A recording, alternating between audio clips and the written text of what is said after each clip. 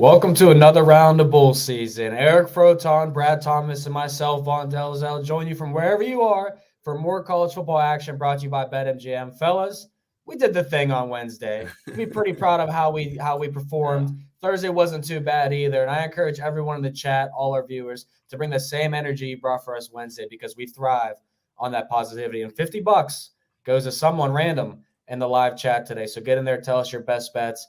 And tell us how you love our outfits, including Eric's. Eric, what is that? What is this? My outfit? Oh, bro, this is my Seek and Destroy hockey jersey. Nice. That's what we're on today? This is my deck hockey jersey, yeah. Because I'm seeking and destroying. This is the last one of the last, show of the year. I want to make sure I'm bringing the heat.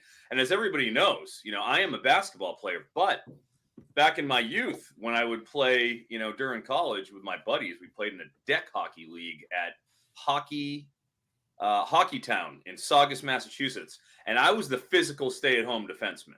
Okay, I wasn't out there. I didn't have great hands. I didn't have a great shot. I couldn't go out there. I didn't have the stick handling ability of my more seasoned friends who played. No. I was there to move people out, to go into the corners, to fight people, and to be a physical stay-at-home defenseman. So that was my role. I was the enforcer, which is something in basketball you can't do as much. Like I can enforce, but it's not the same as where I can literally check people. I mean, I was in my element. So that's what I wanted to try to recreate today. That mentality of last show of the season. We're going to finish strong. We're going to be cashing bets, and let's get rolling. Everything there you said was correct except one thing. Second to last show of the season, baby. Last show of the year. Last show of the year. Last show of the year. Right. Yes. We wish everyone a happy holidays, happy New Year. Brad, how you feeling today, man? Listen, I genuinely hate doing the college football like the bowl competitions because I'm always so bad at it. I won every game Wednesday and Thursday, so I'm not dead after not starting hot. I'm super stoked because I'm just supposed to donate $50, $100 at a time, but I'm actually not dead after just massively and my best bet was my highest confidence rating out of the entire thing was West Virginia. So not West Virginia, was Virginia Tech. So that helps a lot. And I had a lot on West Virginia too. So. Yeah, thank you to the group chat there for swaying me into Virginia Tech. Cash money bang on Wednesday. It was a great start to the day. Xavier says, you're repping CISA today, he meant to put. And Eric, I don't remember if you remember CISA, but this is for everyone watching. Eric saw CISA on YouTube for the first time whenever I was playing music, and he goes, who's that? And I was like, yeah, Eric. I see you, big guy. I didn't know. Well, I'm sorry. What's up to everybody? We enjoy you guys. Let's hop into the first game. Dude, all right, the comment section is rocking today, too. Yeah. Yes. Great stuff. Yesterday, today. We've got Steve Angeli. Moxley's calling out Steve Angeli. Oh, it's on. We got Cats with Go Branson Hive stand up. Shane, notice that I did not use the WD-40 on my chair. Let's go, boys. Let's go. Let's go. And we kick it off with Shane disagreeing with me. My guy, bringing the energy first thing in the morning. Gotta love that. You know where Shane's allegiance is going to be, so you don't take that personal. He said, my Tigers. I understand that. Today, I think it's a cat dog day, guys. I think the dogs are barking. It starts with the cats. I like Kentucky here. All right. I played them +4 and on the money line.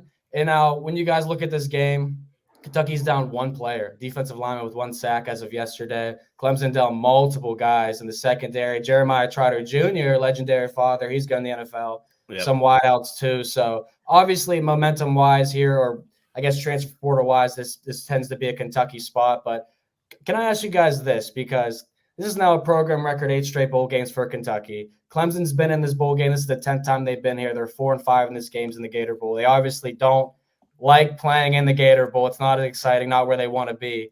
If Kentucky wins this game like I think they do, what does this do for Dabo Swinney and this program for Clemson? Does this put them on the hot seat? Does this break the program and the guys start opting out and they don't look as dominant? Because I think that's what's potential here when Kentucky wins. I'll start by saying this. I actually think Clemson wins this game. And it's a lot because of their past not good success, lack of success in their bowl games that aren't CFB playoff related. We watched that game last year. They're absolutely got destroyed, but they were bringing in a new quarterback, regardless of how highly touted he was coming out of college and how bad the fans wanted him. He genuinely wasn't ready. I still don't think he's ready to be an elite quarterback or even a good quarterback yet. But I think that this Kentucky team is going to want to lean on Ray Davis, and that's would be their method to success. But I genuinely don't believe Ray Davis is going to play a ton of games. He had opted out, right? Like Ray Davis had opted out and then opted back in. Going to the NFL draft, I don't think that if he goes out there and runs for 100 yards, I don't think it boosts his NFL draft stock. I think the NFL draft evaluators know what they're getting out of him. So I think he's going to do and what Eric coined the soft out, play a series or two, maybe 5 to 10 carries max. So I took him under 63.5 rushing yards. And I think without him, Kentucky might be in trouble. Yeah, I mean, you make a good point, and it's funny you should mention Davis with the soft out. 63.5 rushing yards, that would be well under what his normal season total has been just on a week-to-week basis. I mean, he's been up there in the 90s, sometimes over the 100 mark at times. So that's a low line. Obviously, you're playing against Clemson's front here, but still 63.5 yards, that's a little fishy. I actually will point to another line here. Will Shipley for Clemson listed at 62.5 rushing yards. I think, and this is speculation. Line. Yeah. This is speculation on my part. I did dig around. I didn't hear anything like specific on it, but I was at senior day at Clemson. Okay. When they had senior day and they're coming down the hill, they're touching the rock and they're coming down the hill. The first player to go down that hill on senior day was a junior, Will Shipley. Okay. So I've known for a few weeks that he was going to be opting out here. He or not opting out, but he's going to be going pro. You don't walk on senior day and be like, "Hey guys, psych, I'm back." That's not how it goes. With that said, I mean, I would think Mafah is coming back. He will have the lead role next year. He will be an absolute bruiser. I can't wait to see RB1 Phil Mafah time at Clemson. But for this, 62.5 rushing yards and Will Shipley, I'm taking a speculative underplay on him since it feels like, why would you go out there and decide I'm gonna put 20 totes on the board here as a running back, which is already one of the most injured positions on the field. You're getting hit all the time hard by large men. What are you going to do Shipley a disservice like that for in his last game when he's going out? I'm soft outing on Shipley. Give me the under 62.5 rushing yards. And I'm taking Clemson for high confidence points in the bowl challenge. Yeah. Despite the fact they're missing Toriano Pride, they're missing Wiggins, they're missing Makuba. So the secondary is light, but I'm still going with Clemson. And also, I mean, guys, it's Kentucky.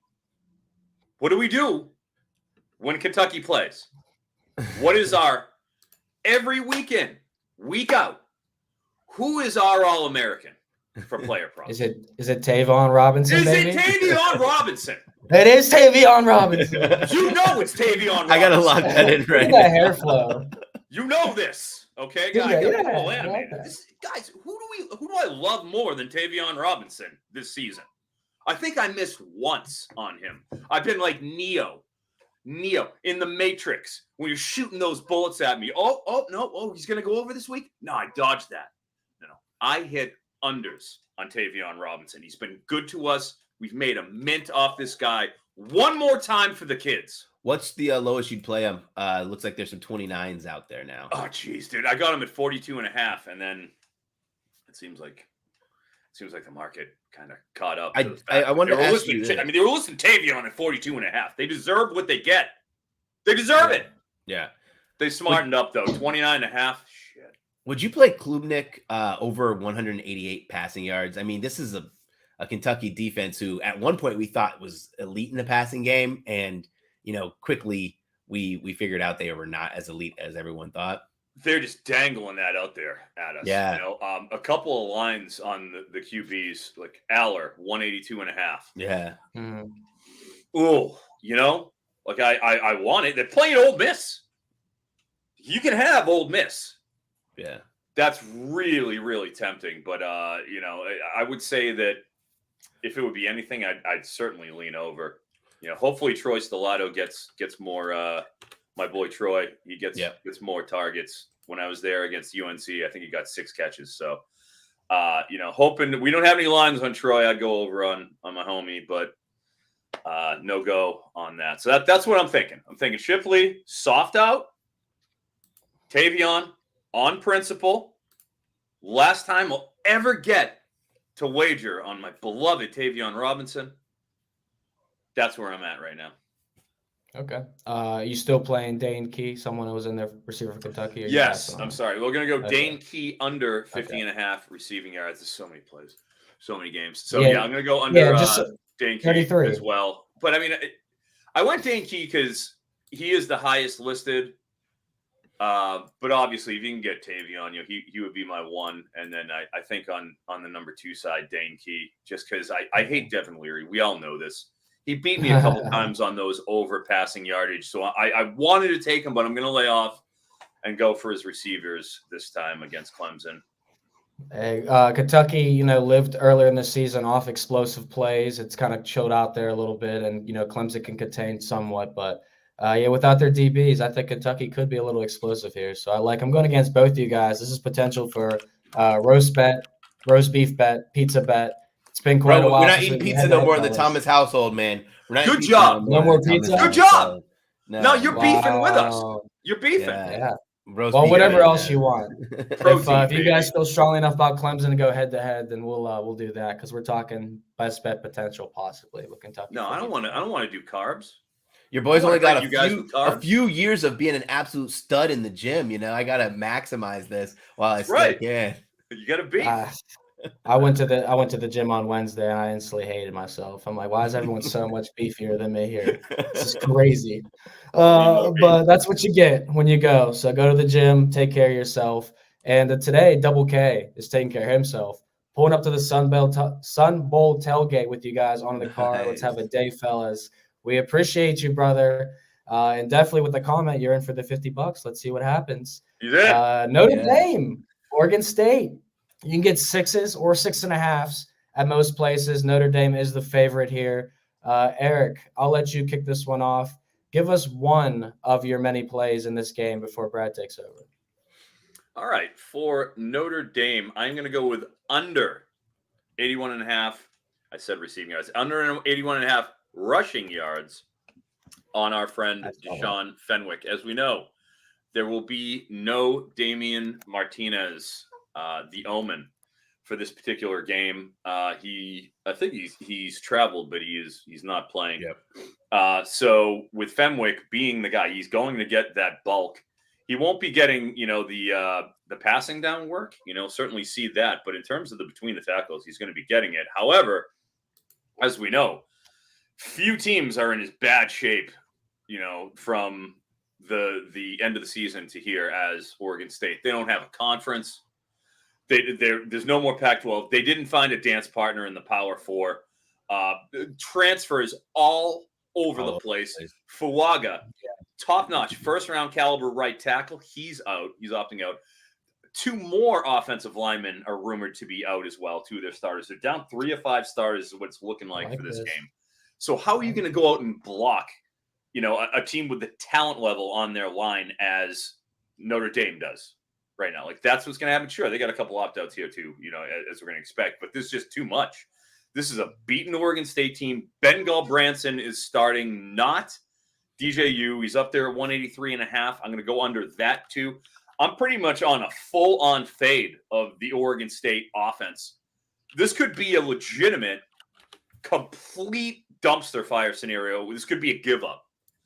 No Jonathan Smith, already at Michigan State, taking some of the guys from the staff already. They could hang around for a little bit. I think Notre Dame just puts it out of reach in the second half. So, triple under Silas Bolden, rumored he didn't practice the previous 2 days heading into this game.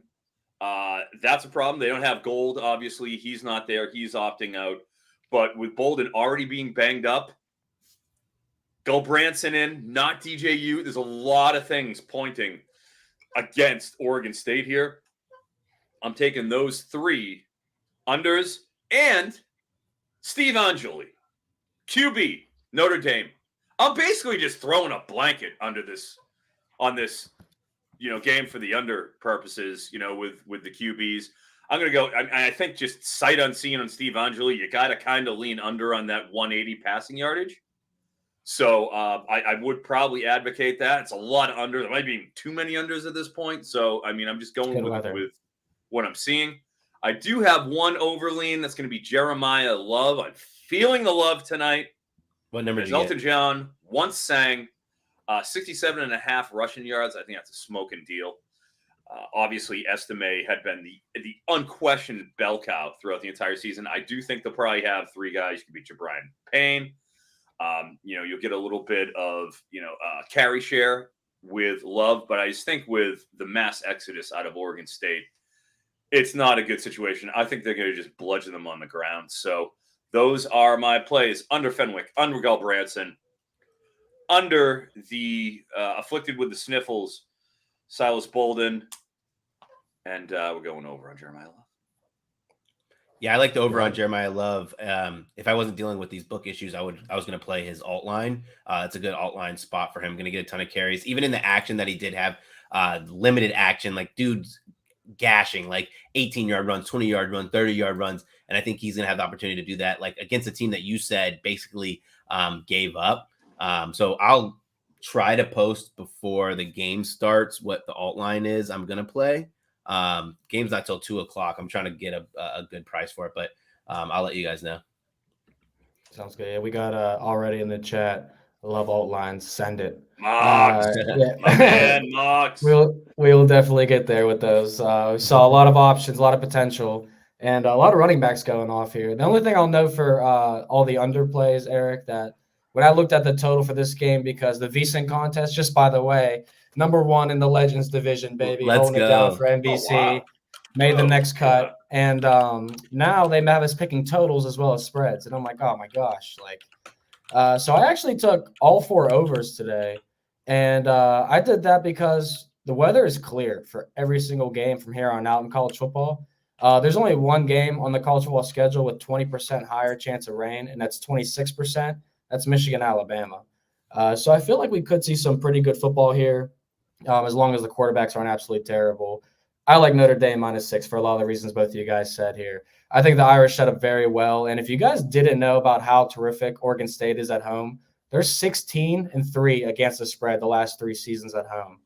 Talk about on the road or neutral field, they're 6-12 against the spread. Now they have an interim coach. They have some coaches, as someone pointed out here in the chat for us, that are focusing on recruiting and not as much on the game at hand here. This is a much bigger game for Notre Dame. And Marcus Freeman, we know, takes bowl season serious. His first ever game with Notre Dame was in a bowl game that they lost 28-7 after they were leading 28-7, lost that game. Second year, fell down by 3 touchdowns against South Carolina, came back to win that game. All right, so we know Notre Dame will show nothing but effort here in this game. For Oregon State, not sure if we could say that. I like Notre Dame's defense here. They haven't looked good in the past 2 bowl games, but the offense has. Marcus Freeman and company find a way to cover the 6. If all you have is 6.5, I'd play that as well. But if you shop around, there's plenty of 6s out there. Anybody opposing taking Oregon State in their pools? Taking Oregon State. No. Am I opposing that? No. No. I misunderstood your question. No, Notre Dame. It's Notre Dame or nothing. Notre Dame. Yeah, Notre Dame or nothing. I was trying to figure out a way for me to try to be supportive of a position on Oregon State, but no, I can't do it. Yeah. Hard to do. Yeah. How about taking a dog here? The Liberty Bowl, Memphis and Iowa State.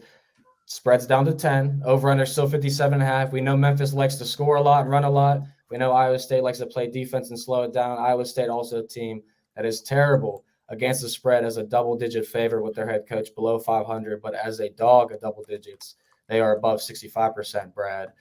Pretty significant splits there. I never take Iowa State as a double-digit favorite. So I'm liking Memphis. Are you going to talk me off of it? No, I'm not going to talk you off it. Iowa State's offense is just so bad. It's kind of like one of those situations where when we watched Minnesota play earlier in the bowl season, but then like, is it the bad offense? Is it going to prevail against the bad defense? 109th in offensive success rate for the Cyclones and 103rd in defensive success rate for the Tigers of Memphis. I'd probably take Memphis here. Home game, legitimate crowd that's going to be excited. I did see someone type this out. I can't remember where I was looking, but they were really true about this. Iowa State fans travel really, really well. I've worked a couple of bowl games all over the United States where you're like, no way Iowa State's going to show up, and their fans are literally there in droves. So I do lean Memphis here. I stayed away from the game entirely.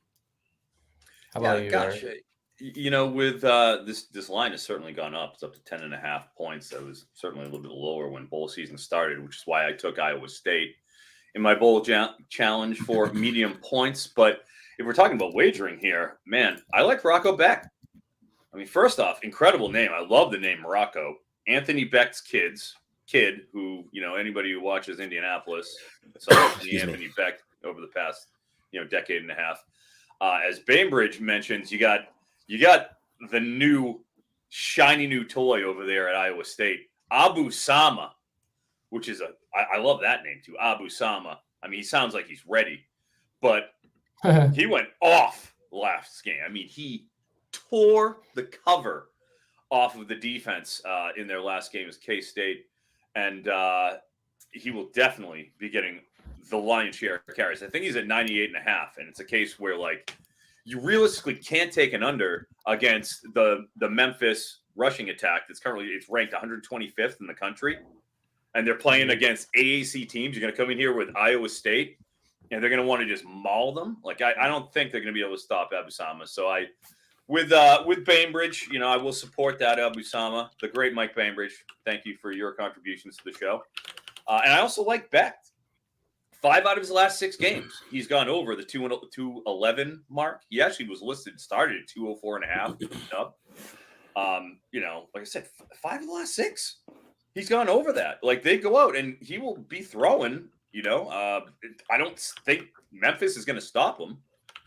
So I just think the only real concern I have here about the Beck line is just they get up too much and that they don't have to throw in the second half. Otherwise, I think they're just going to be able to move the ball pretty efficiently on Memphis. If Memphis can keep this even remotely close, then this is going to sail over for Beck. Only issue is just a straight blowout. So with that being said, I'm taking a position on his over 211 passing. Yeah, I can't argue with that. I mean, I know Memphis definitely has a disgusting defense, allows over 400 yards per game. And you look at some of their metrics, 97th in rush success on defense, nothing to brag about, 88th in finishing drives.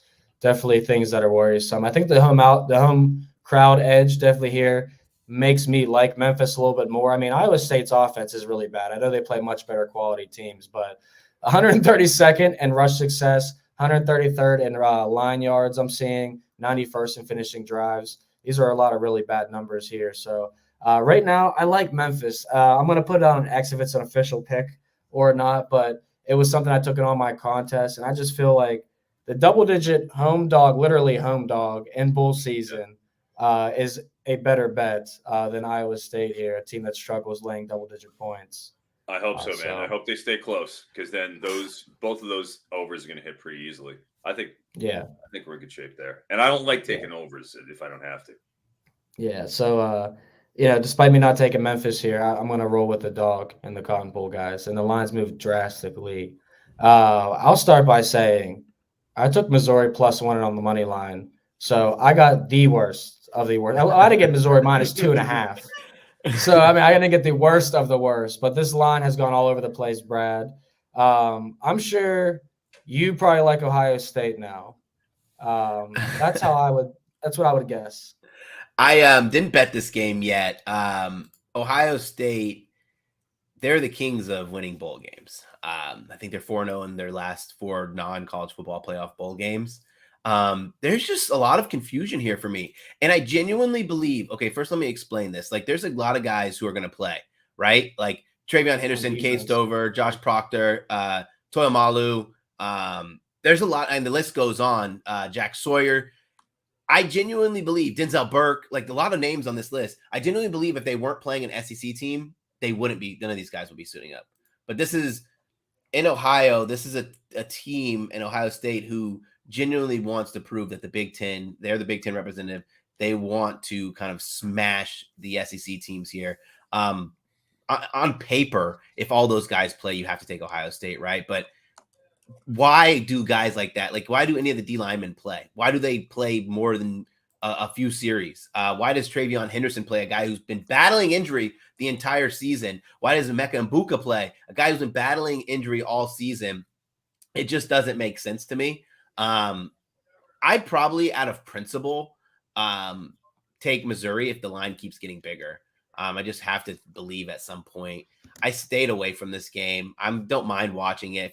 If I don't have a bet on it, I'll be rooting for Ohio State. As you guys know, I'm a society member. So, but no, it's a pass for me. Eric? Yeah, I get it. And this has ticked up, obviously, towards the side of Ohio State, up to 5.5 now.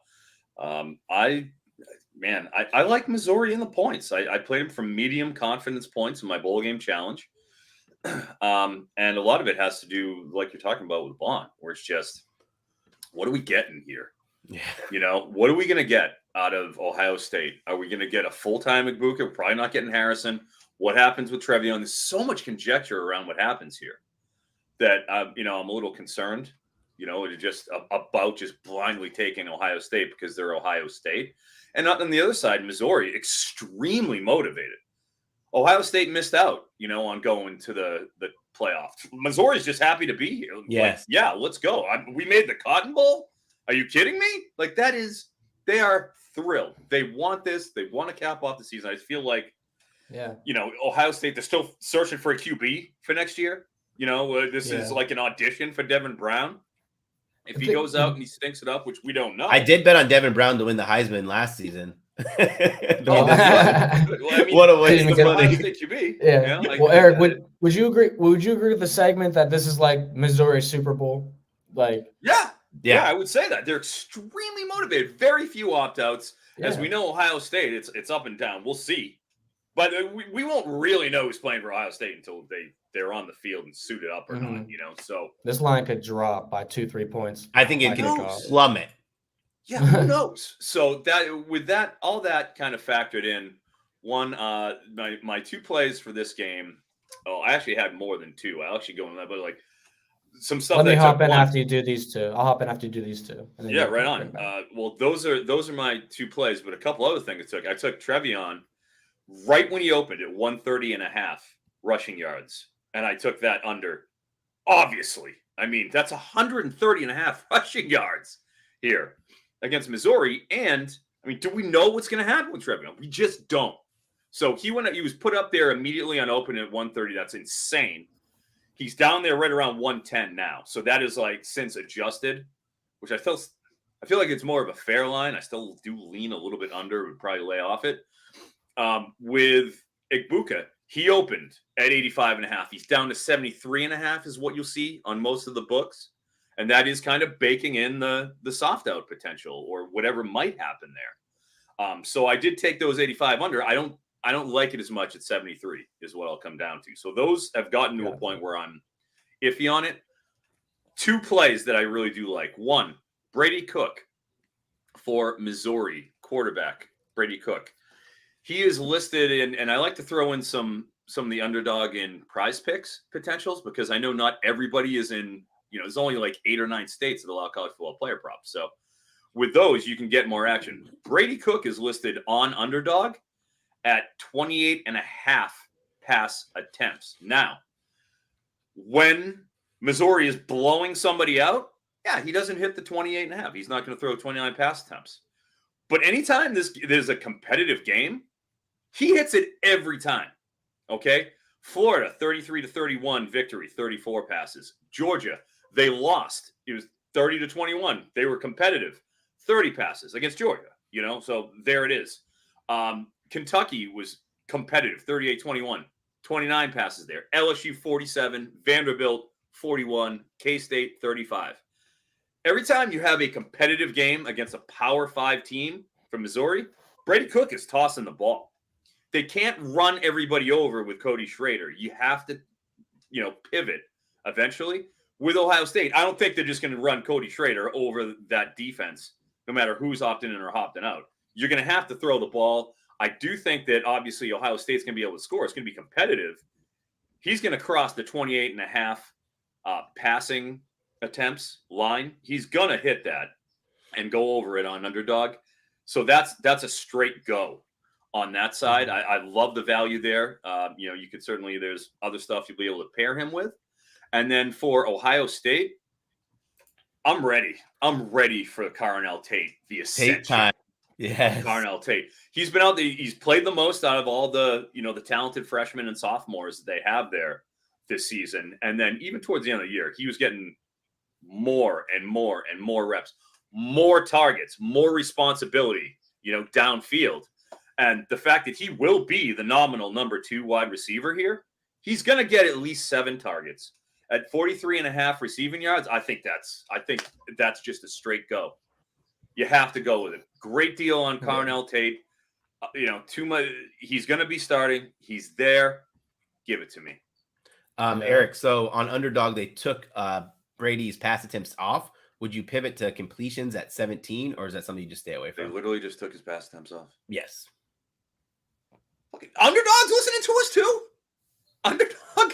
Everyone. Don't you have something better to do, underdog, than listen to us while we try to take money from you? What would you say?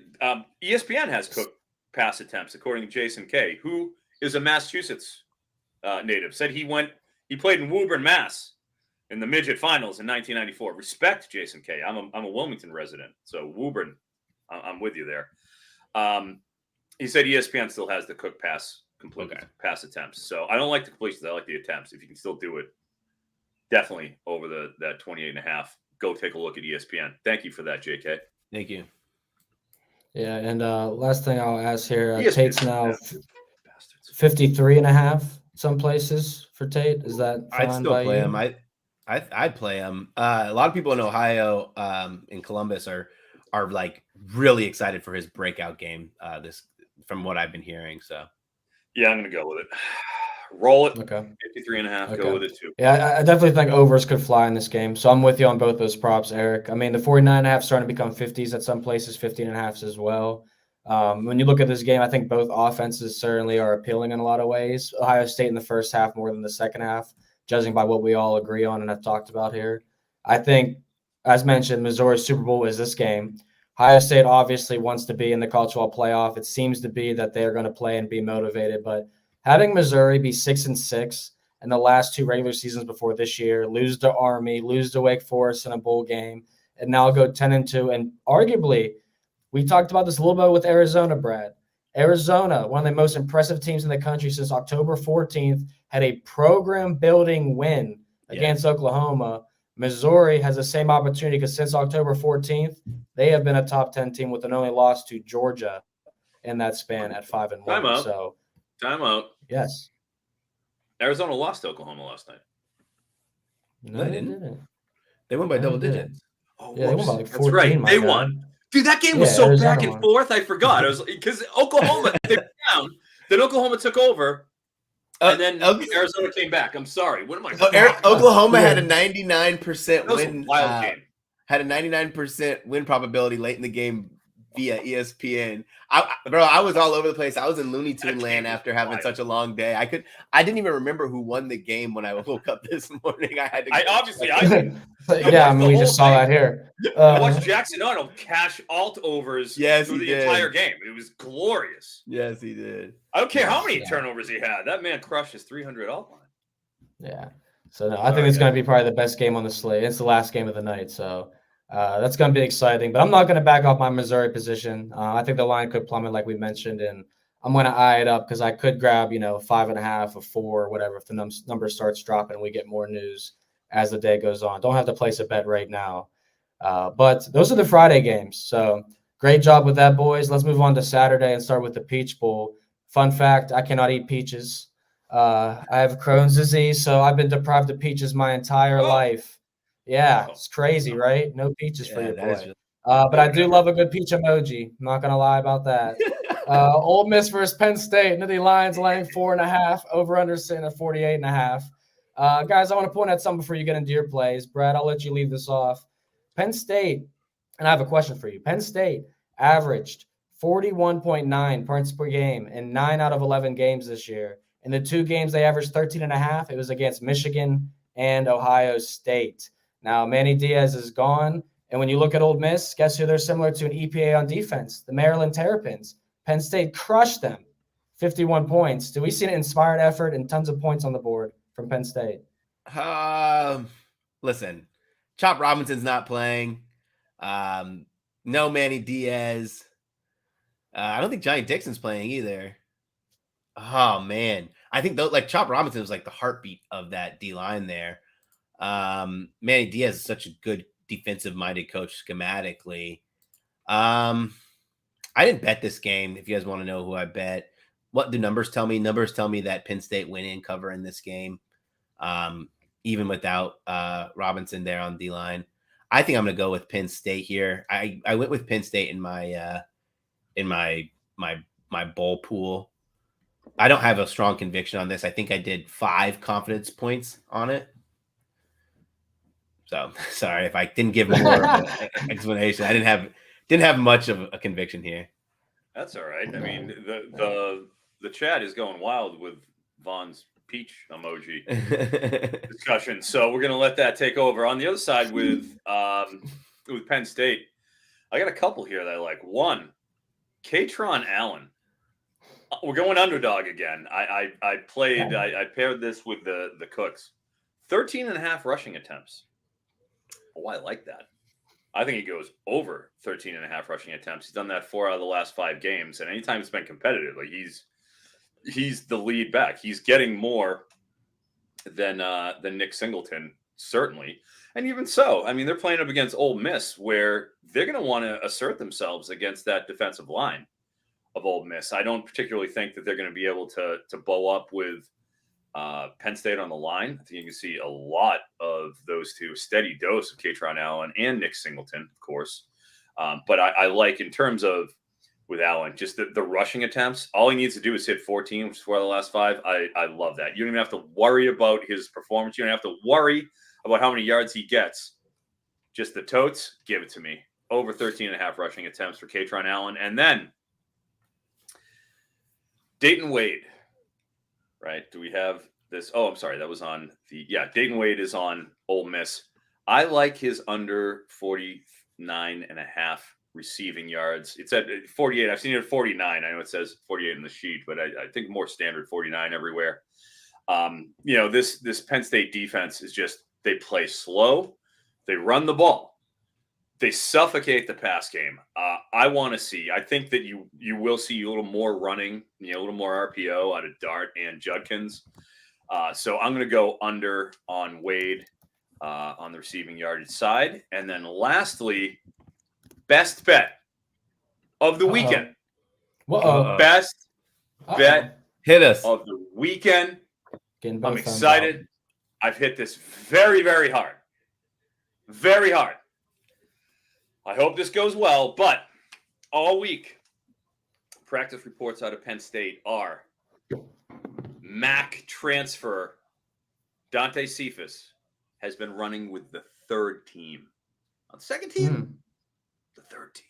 Wow. He already is barely sniffing the field, at this point. He isn't coming close to that 29.5 range. He isn't anywhere near it, okay?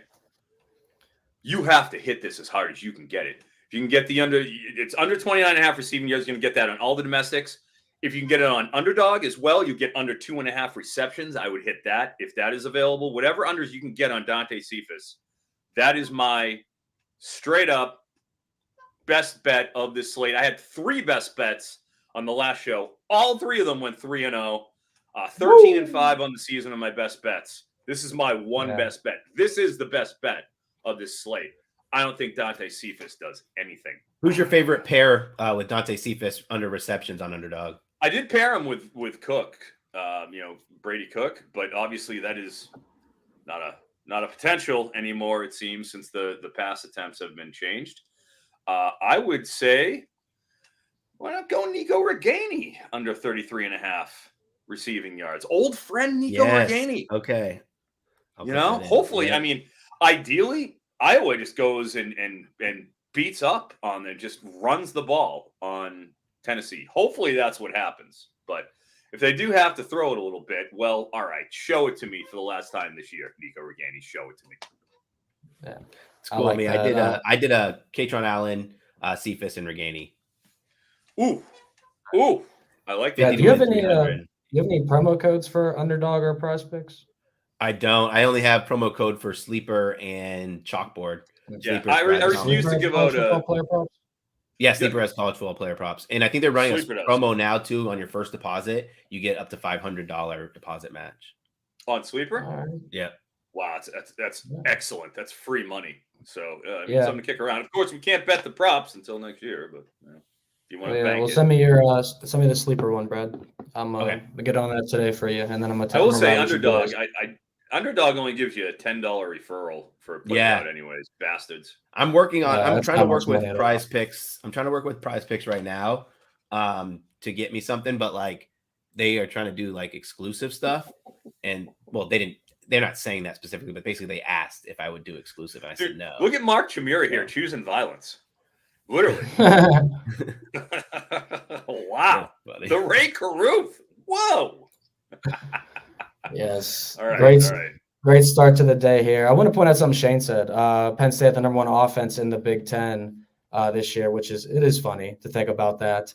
But Ole Miss this year, in their 4 most competitive games, I say the best 4 teams they faced: Georgia, LSU, A&M, Alabama, 52, 49, 35, and 24 points allowed. So I'm definitely looking at Penn State -4, Penn State team total over 26.5 as potential best bets for this game for me personally. So anything else to add on this game? And we apologize, Connor, the quickest section ever on the Sun Bowl. I mean, we like Notre Dame. We don't have anything positive to say about your Beavers. We're sorry, but we hope the game's enjoyable. I hope Oregon State loses by 7 and they lose in the final minute. There you go, my friend. That's the best I can do for you guys. Personally. Let's whip through this. I feel bad. I know Brad's got a hard out. We gotta zip through these from here. We got a few more games. A little too much tomfoolery here today. Music City Bowl. Hugh Freeze 6-1 in the bowl games as a head coach. Auburn is 6.5-point favorite.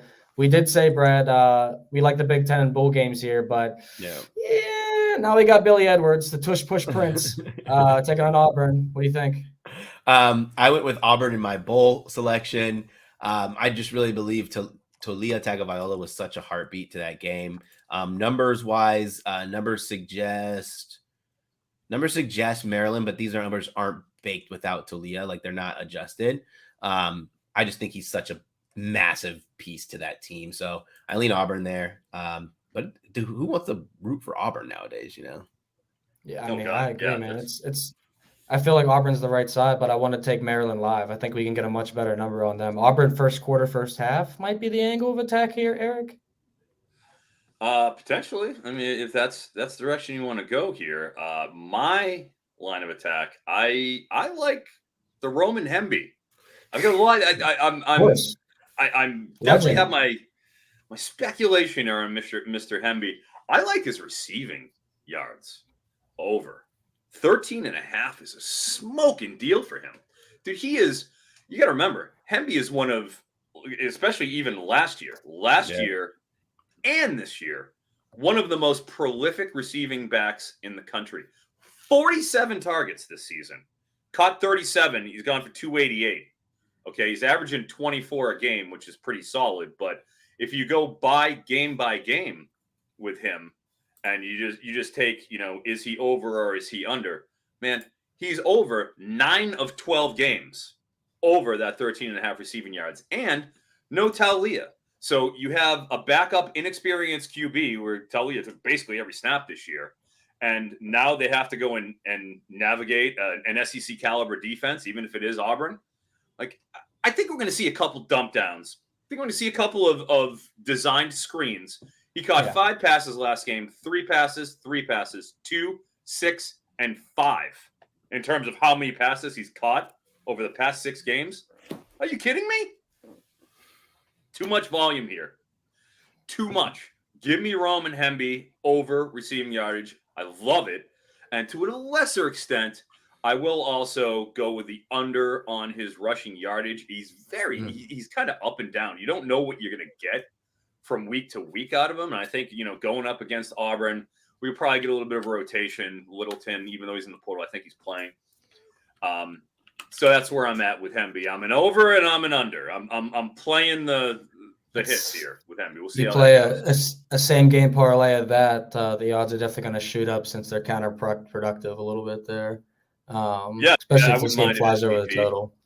Yeah, no, I like that a lot. I will say, when it comes to if you got to do one or the other, I like the receiving. If you got to do one or the other, that would be my preference. Yeah, I totally agree with you. All right, well, for this game in general, man, I mean, I have such a hard time. Like I said, I look at Auburn, how they ended the season, 2 straight losses in Mexico State and Alabama. You want to course correct that as much as possible in this spot. And without Tagovailoa, I feel like it's a good spot for them to do that. Because I still remember, Brad, those losses to Illinois and Northwestern for Maryland. No one was lost to Nebraska. And you've seen some really bad offensive efforts from Maryland this season. So Billy Edwards, we know you can run the ball from the 1-yard line, but I don't know what else to get from this guy. So Maryland's definitely a live bet for me. If I get this game, I'm going to sit on it overnight and probably take an Auburn first half or first quarter play, honestly. That's probably what I'll settle on here. Maryland not hitting their team total over for wins was probably the biggest heartbreak that I've ever had. It was my second largest position. My largest was Michigan State team total under, and it was plus 135. Like, I'm just licking my chops halfway through the season. I'm like, we're cashing this, my second largest position of the season, and it didn't. I went on the freaking, wrote an article about it. Like, we read an article, make videos about it, and it doesn't hit. It makes you just feel twice as dumb because you're losing money and credibility. Oh, man. And I listen, I'm a locks guy, right? Like, obviously from Alabama, come on. This team, underwhelmed, underperformed, did not meet expectations. Agreed. That is the Maryland Terrapins in a nutshell this season. So, yeah, I don't know, man. It's Auburn or pass. I'm probably going to take them on my pools in that one. The Orange Bowl, Georgia and Florida State. Brad, you got a great number of minus 16.5 out there you sent out on X. Now it's out to 20 because Georgia's playing for the most part. And fun fact, Michael Roberts has Crohn's disease as well. So we've never had an orange. At least not in the past times we've had Crohn's disease. So Michael Roberts, my guy, I feel you. But I like Georgia here, man. It's hard not to. I lean Florida State first half, team total under 5.5, Brad, for plus money. Getting disgusting. That's kind of what I like right now. Yeah, I originally bet this at 12.5. And then my boy was like, hey, Brad, what's your thoughts on the game? And that was just my initial not deep dive. I deep dove the game. And I was like, wow, we got to bet 16 and we got to play minus 20.5.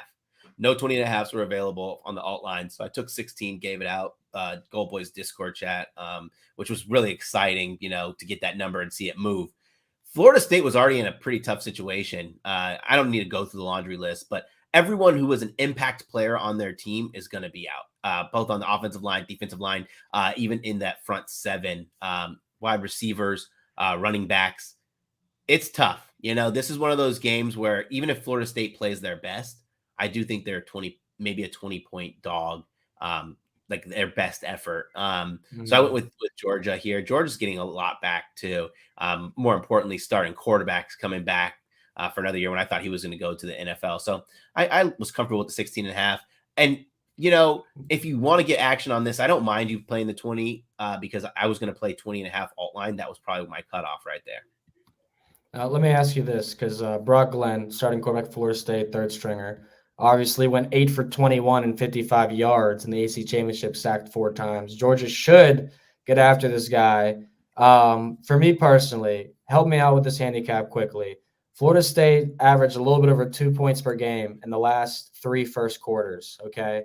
do they get out here script-wise and score? Because I'm trying to think of a way the first quarter goes over 9.5 unless Georgia's out for blood, or Florida State scores a touchdown in the first half, which I don't see happening. I would probably just play Georgia first half. I mean, not Georgia, Florida State first quarter under, then take the full under. Just because my bad. There's That no defense, first quarter unders. Everyone's scared to offer it. Like we want the 0.5. That defense is depleted. Like we look at Florida State's defense, going to have like 1, 2, 3, 4, 5, 6, 7, 8, 9, 10, 11, 11. Wait, 10 guys. Excuse me, bad math.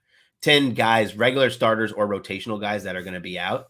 I just don't want to risk Georgia going out there and mollywopping them, especially a Georgia team who believes they were one of the top 4 teams. Remember what happened when Alabama didn't make the college football playoff last year when they thought they were one of the top 4 teams. They went out there and put Kansas State in a body bag. Yeah, they sure did. And I appreciate you using the term body bag because we're all Karate Kid disciples here. That being said, geez, I wish I could sit here and give you a prop or two on this game. We don't have any. They're pretty much, they will not let us have any props on this. Karan Shetty, Karan Shetty, great guy. All year long, Karan has been one of our guys. So, much love for that. But yeah, dude, guys, you can't take Florida State. Who the hell is going to take Florida State? You have a strong cast iron stomach if you are, and you are a stronger person than I am. I took this obviously on my bowl game challenge. I went with Georgia on the BGC. I gave them number 1 in confidence points was Georgia for me.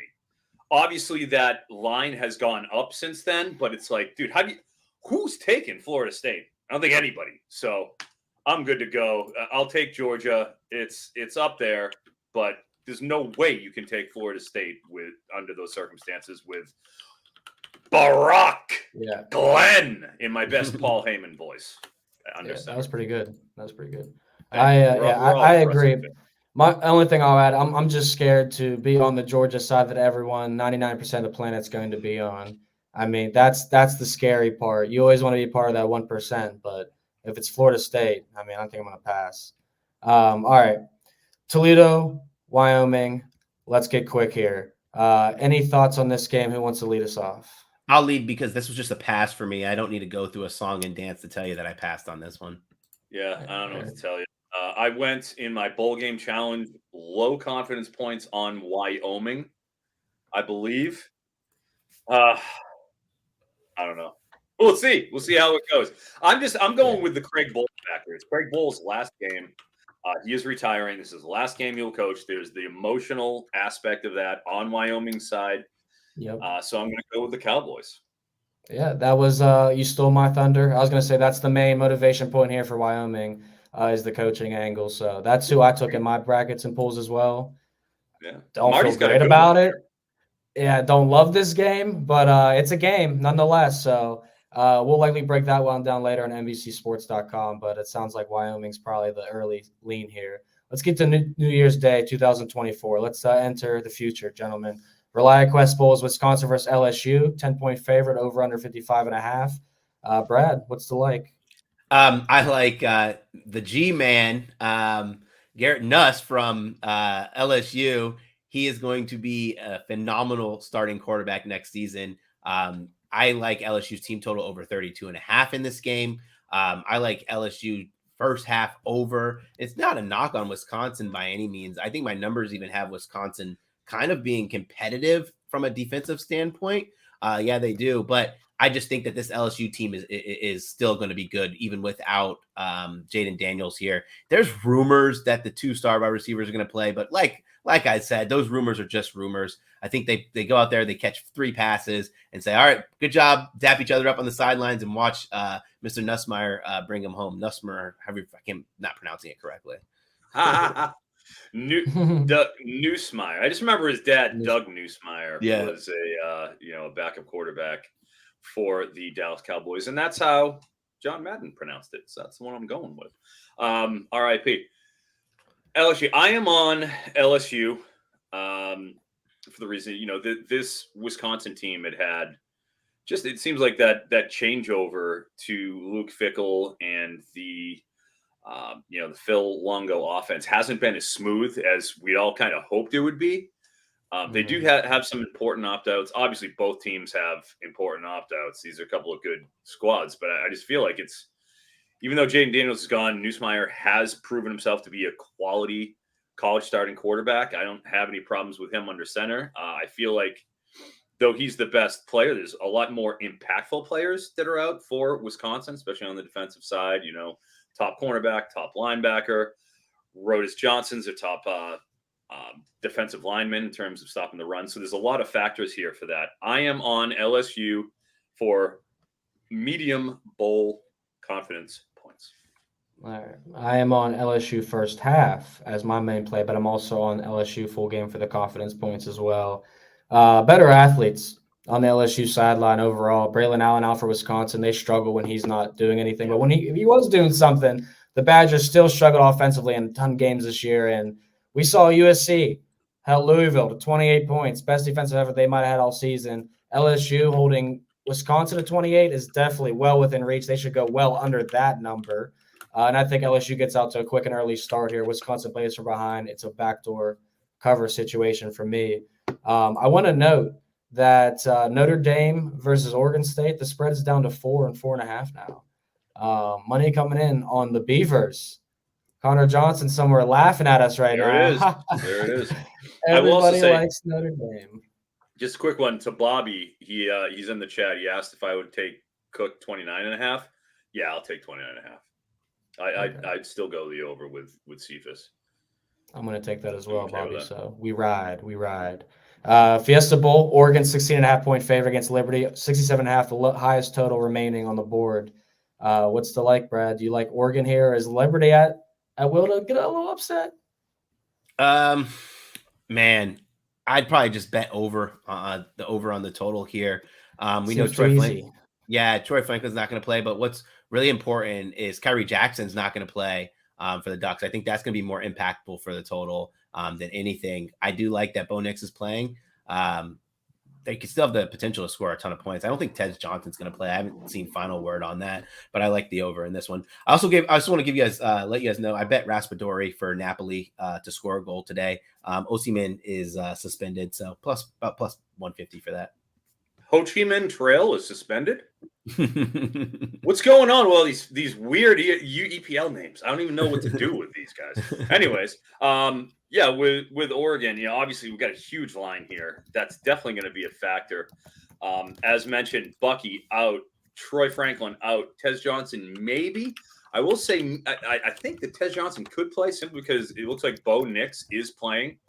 Lanning has said that he is going to play, so they're half brothers or adopted brother is Tez Johnson. So if his bro's playing, I would think maybe Tez will, but that is admittedly speculation on my part.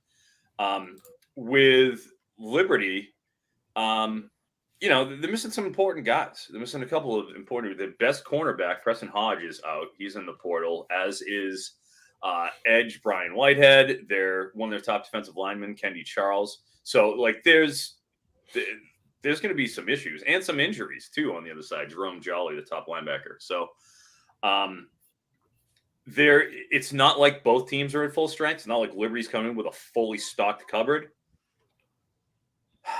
Low confidence points. I'll take the points in 17 with Liberty, but don't feel strong. Yep, I was in the same boat as you. Just too many points for an offense that plays similar to Oregon's on a lower scale versus lower opponents. And Oregon, question the motivation when you're up by 24, 28 in the third, fourth quarter. Will you care to keep going? I doubt that. Brad, you got a soft out in a minute here. You're a soft out in bowl season. Give us your remaining play for New Year's and then your best bet. Yeah, my remaining play, Iowa +6. I know Nico's going to be playing for Tennessee, but Tennessee has a ton of opt-outs. I know Small's out as well there. Iowa plays really good defense, and guess where they are playing? Orlando, Florida. They might as well call Orlando, Florida, the Iowa capital of the world, because every time Iowa has come to Orlando, they have packed this place and put on an absolute performance there. Defense wins championships. Defense is going to win the Cheez-It Bowl, and someone's going to be drowning in Cheez-Its. I'll let you guys also tell you guys know that For the Rose Bowl, I'm going with Alabama. I took Alabama money line. And for the Sugar Bowl, I'm playing this two ways. If anybody follows me on X, we have Texas now at plus 180. I'm also taking Washington plus 4. So hopefully if Texas wins, it's a close 3-point game and I hit both. If Washington wins, then I'll end up breaking even, which is totally fine with me. And my best bet of the entire show. What was my best bet? LSU. My best bet. Oh yeah, LSU team total over 35.5 or 32.5.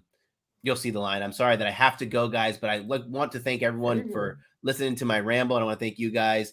Best of luck and cash all your bets. See you later, Brad. Happy holidays, brother. Happy holidays. Appreciate you. It was a good show. But maybe it just got better, Eric, me and you. No, I'm just kidding. That's rude. We'll keep it brisk. No, yeah, we will be quick here because we don't have many plays for props for you. So we're going to keep it brief here. I'm with Brad. Iowa, plus the 6, the money line. They are going to pack that place. You guys already know I played the under at 36.5, 36. It's dropping since Joe Milton is out here. Nico is fantastic, but asking a freshman in his first start, Eric, to play Iowa's defense, I don't want any parts of that. So I love Iowa in the 3-way play here. What do you like in this game? I am also in Iowa. Medium confidence points in the bowl game challenge. Give me the 6 points. Like you said, I like them at 8.5. By the way, yeah, I'll take it. It's what? Oh, you got them at that? I like them at 8.5.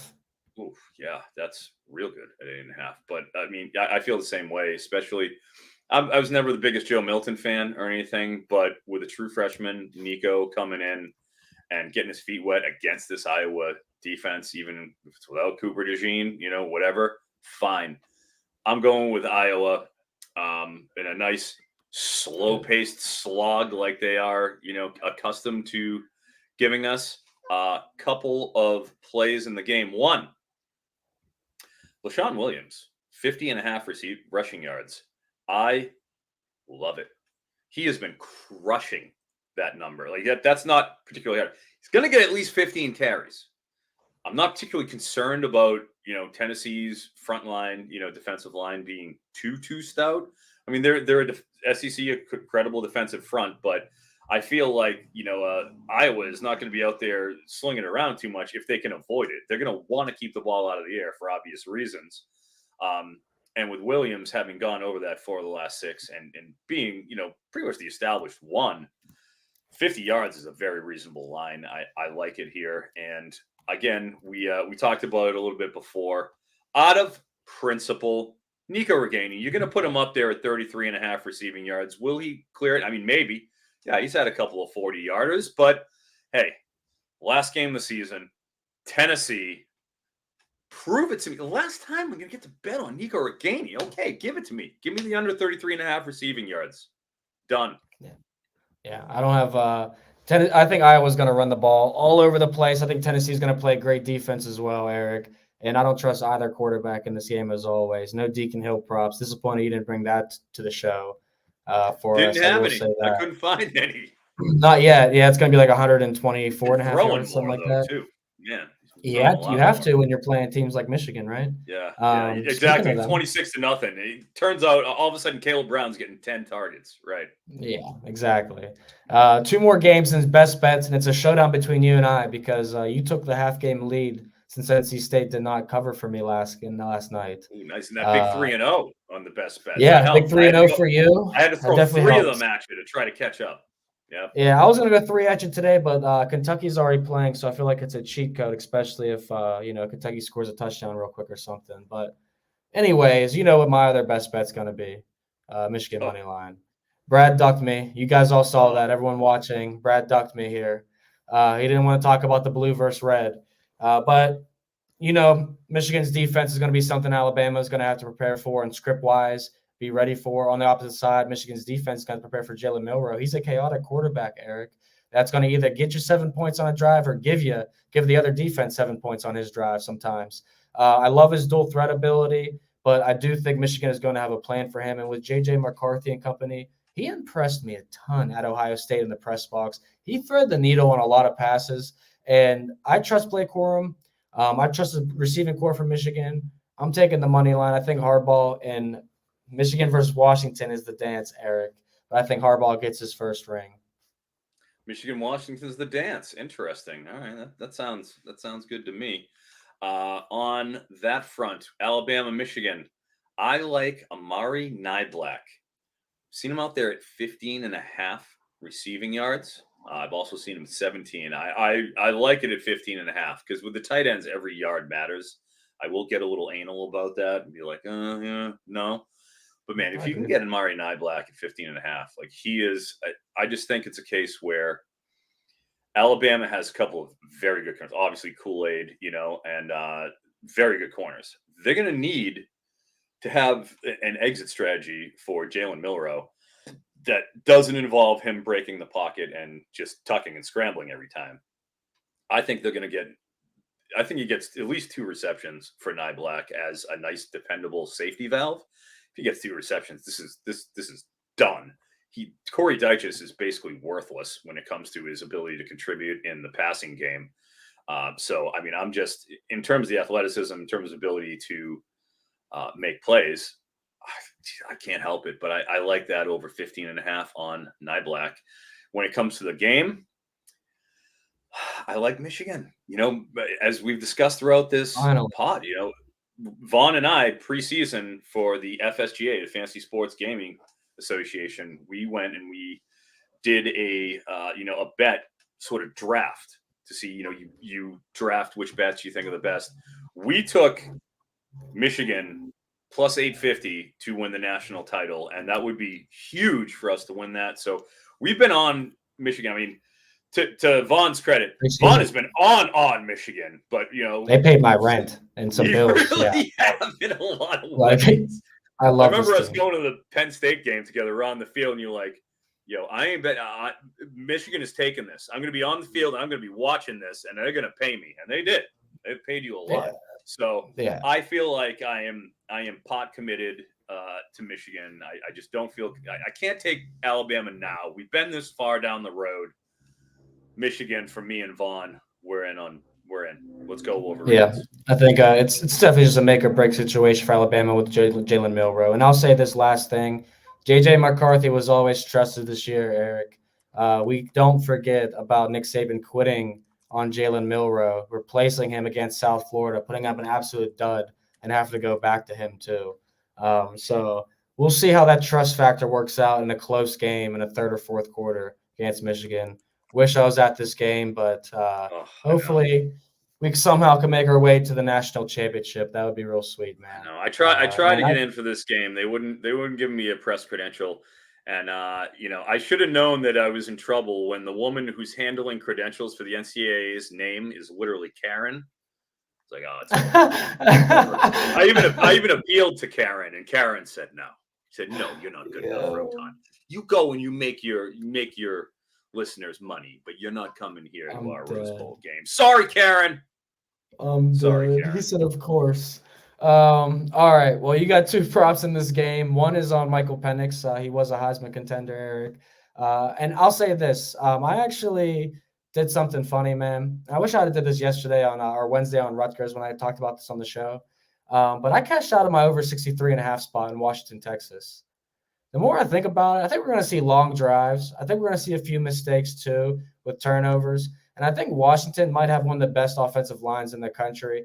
And they proved that against Oregon with their meticulous drives. But for some reason, I have a problem I've diagnosed myself with that throughout college football, when a team is doing the improbable, Eric, like TCU, for example, from last year, when these teams continue to win and we say, no, they're going to lose, those teams prove me wrong constantly.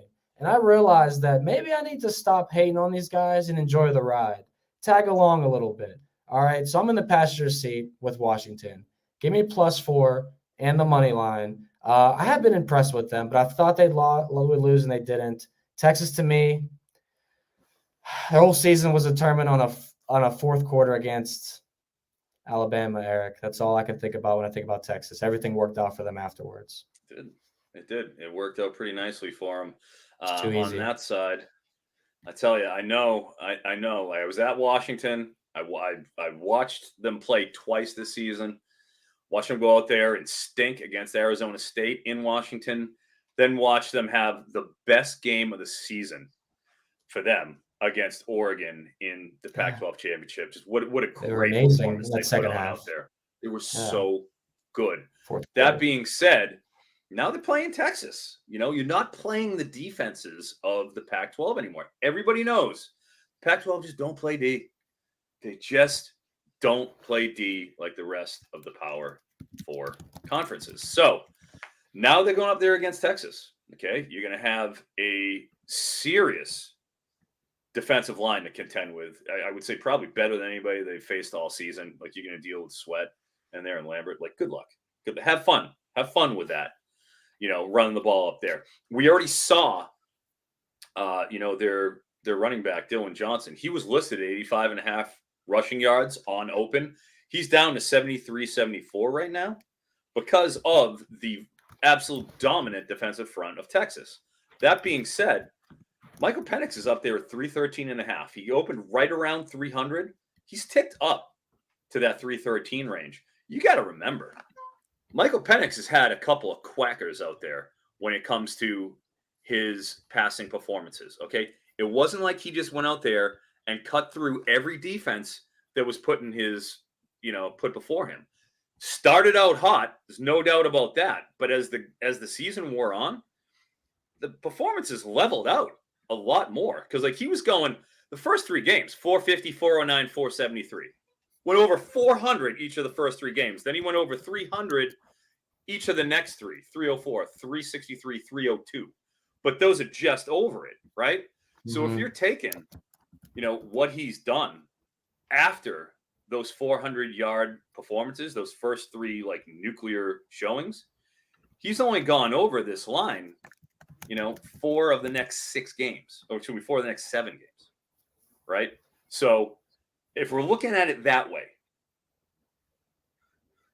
we're kind of over. I mean, I think it could be a bit much. It could be a bit much. 313. Can he play better than he did against Oregon this last game? He threw 39 passes, completed 27, 69% of his passes, went for 319, just edged over it, just got over it. And that's about as good as it gets, I think, at this point for what we're dealing with Penix. I'll say this. So. I'm going. It's very easy to want to play overs in this game too, and I found myself falling into a recency bias right after these 2 games concluded. Whenever they both got into the college football playoff, because you see Texas put up 5 touchdowns in the first half. Eric certainly makes you know that they're as explosive as advertised after putting 57 on Tech, and then Washington. We never had a problem with the offense being explosive all season.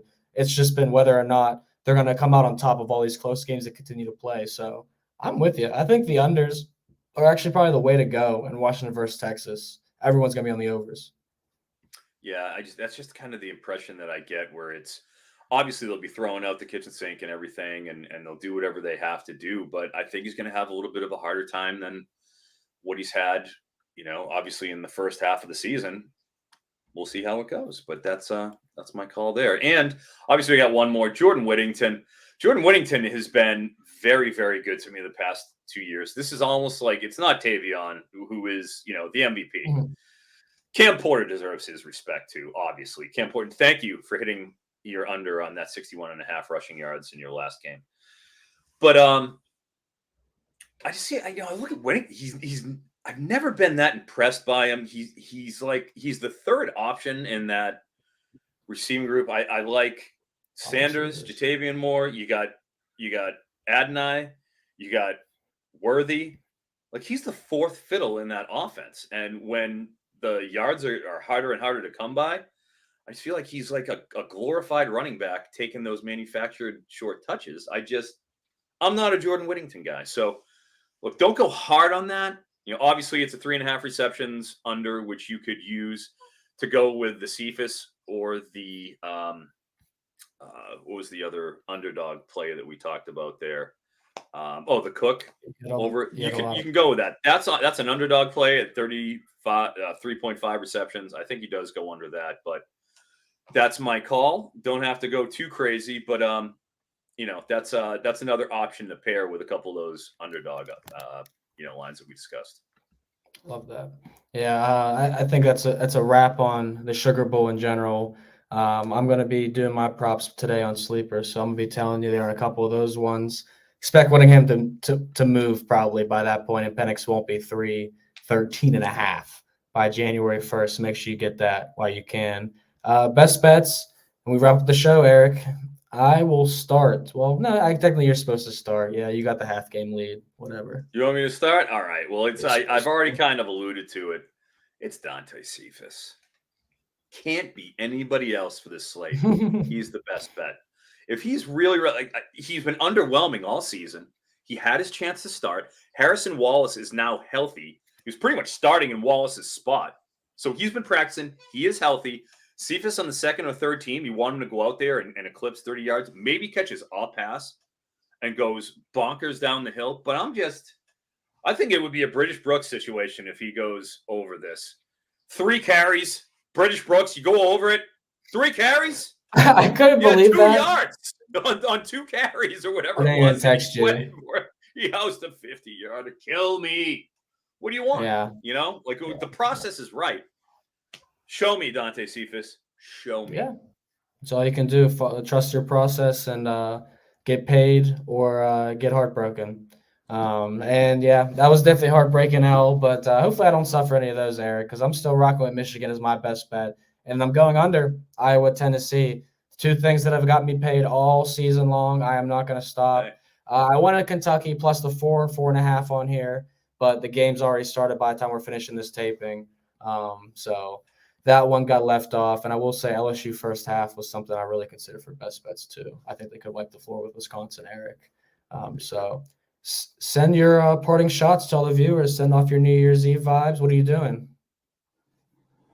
Yeah, for New Year's Eve, I don't know. I don't have anything too crazy going on. It's not like I'm out there popping bottles, in the clubs. I barely drink, so I'll just probably be hanging out with my lady, just chilling. Going. I'm sure there'll be a house party that I'll go and hit out here in San Diego. But I'm a last minute planner when it comes to my New Year's stuff. Like, all right, what's going on again? Okay, well that's what I'll do. I'll just go. Yeah, that's a lot of my friends in general. But yeah, I will also be spending with my lady. I supposed to fly her down, Eric, but NC State lost, so now she's getting a rental car. Oh! It's crazy how life works out that way.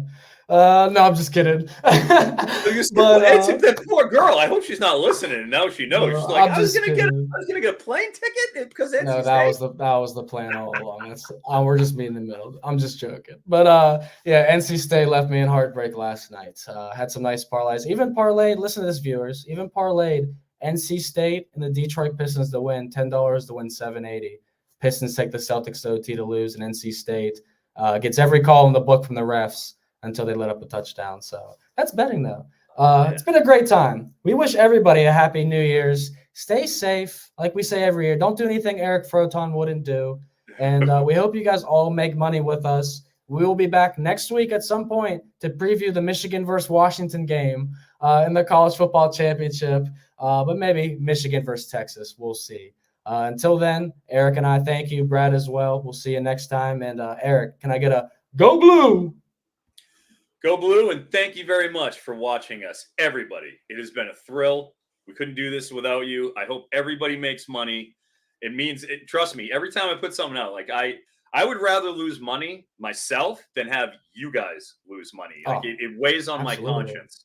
So let's have a nice, big, strong finish and go out and make some cash. 2023 was amazing. 2024 is going to be even better, my friends. Eric and I will see you in the future.